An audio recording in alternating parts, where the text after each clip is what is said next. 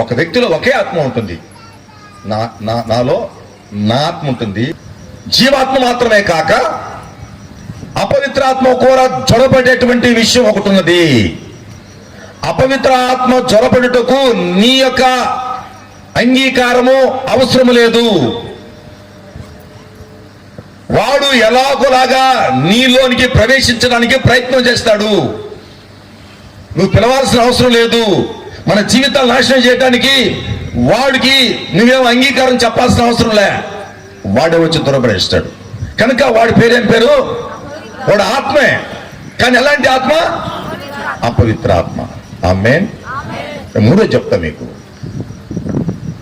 మూడేం తెలుసా? పరిశుద్ధ ఆత్మ. గట్టిగా చప్పుడు వినపరచండి. హల్లెలూయా, హల్లెలూయా, హల్లెలూయా. అయితే ఈ పరిశుద్ధాత్మ దేవుడు బలవంతంగా లోపలికి రాడు, నీ అంగీకారం కోరుతాడు.